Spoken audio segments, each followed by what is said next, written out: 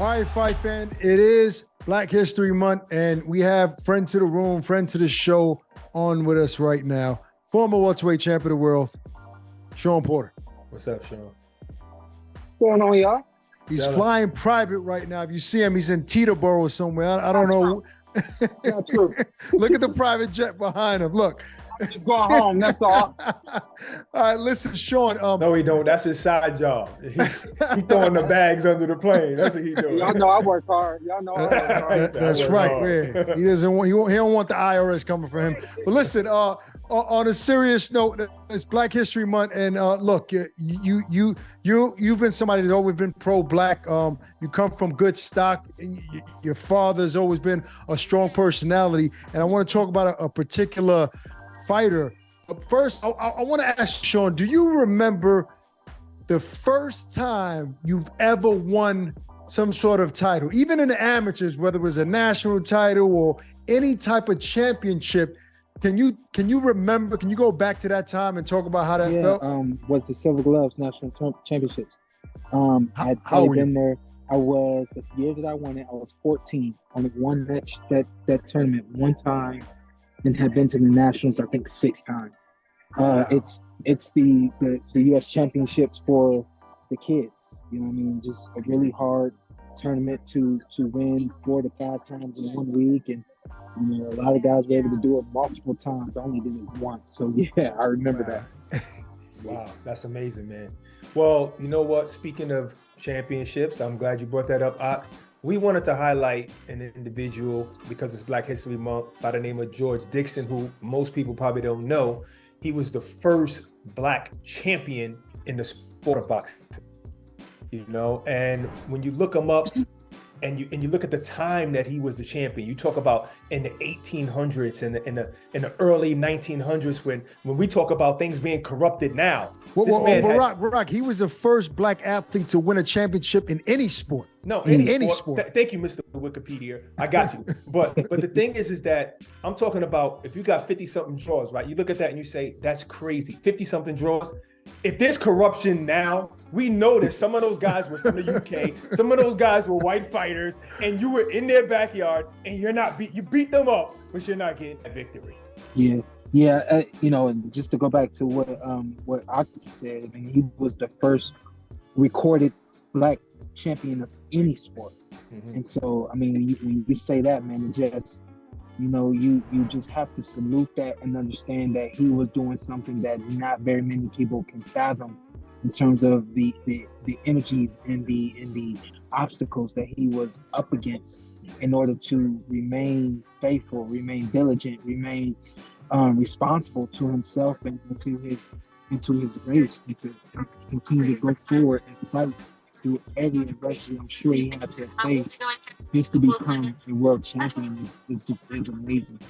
Yeah, it is. You know, Barack, I mean, it's funny you say that because you're right. We don't know how those fights were really judged because the founder of the Ring magazine, which we call the Bible of boxing today, has him ranked as the best featherweight of all time. Right. So he must have had a certain skill level that we weren't privy to. Hey, yo, I checked him out on YouTube. You guys happen to catch the video of him on YouTube? Yeah. I just thought that was amazing for them his hands were fast, feet was fast, you know, and like you said, think about it now. Think about how anxiety is rampant in our country. You're literally talking a generation away from slavery.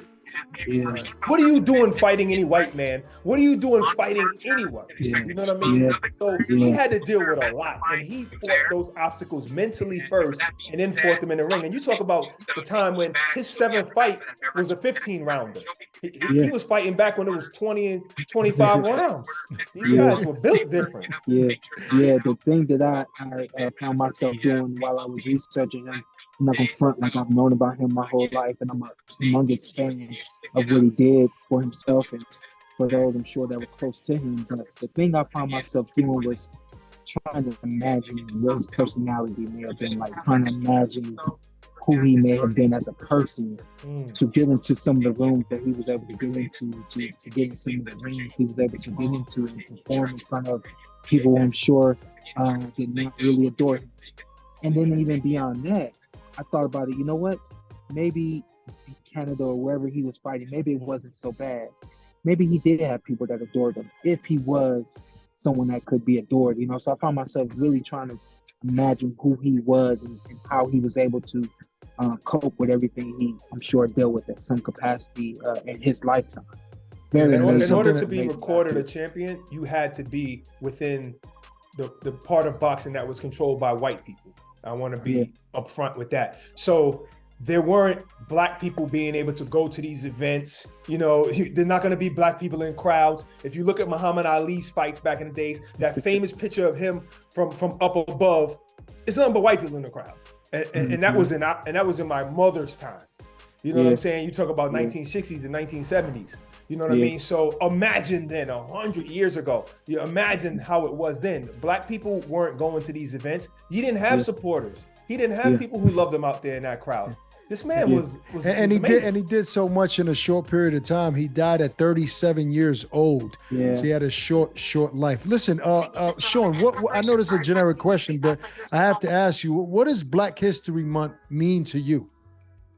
I wanted to mean so much more than it does. You know, growing up, we heard the common stories of Rosa Parks, of course, Malcolm X, and of course, Martin Luther King. And, you know, there may be a few other stories out there that we may know, but my wife and I, we found ourselves trying to find ways to teach our little boy, our 5-year-old, about Martin Luther King on Martin Luther King Day. You know, and I hope that as our race continues to move forward, I hope that they find more and more ways to magnify exactly what this month should mean to us. And I hope that moving forward, more and more Black people, especially Americans, take more pride in being Black and what our race represents and what this month truly does mean to us. Thank you, Shawn. I'm gonna tell you, I hope you have a safe flight. Yes. I hope you have some big news for us, because you're doing so many things in the world, you know, acting, producing, writing, podcasts. You're doing so much. I hope we hear some big news very, very soon from you. And that's some really big things I'm working on, and I hope to be able to announce that in the next couple of weeks coming up. Right. And no comeback for boxing. No comeback, right? No, I think that was probably the announcement that he was hoping for. So no, me? No. Not to say I wouldn't love for you to come back, but nah, hell no. I want you to be happy, bro. Whatever you're getting into, I'm talking about anything. I'm talking about, that's why I name things outside of the sport, you know? We're going to see Shawn on a big screen soon. That's all I got to say. Yeah. Shawn, as always, brother, good chopping it up with you. Safe flight. Talk to you soon. Thank you, man. God bless you guys. God bless you too, brother. Introducing the new DAZN Boxing Show podcast. No matter the time or the place, getting your boxing content has become easier than ever. Tune in as we give you exclusive insights, predictions, fight night recaps, and more alongside the biggest names in the game.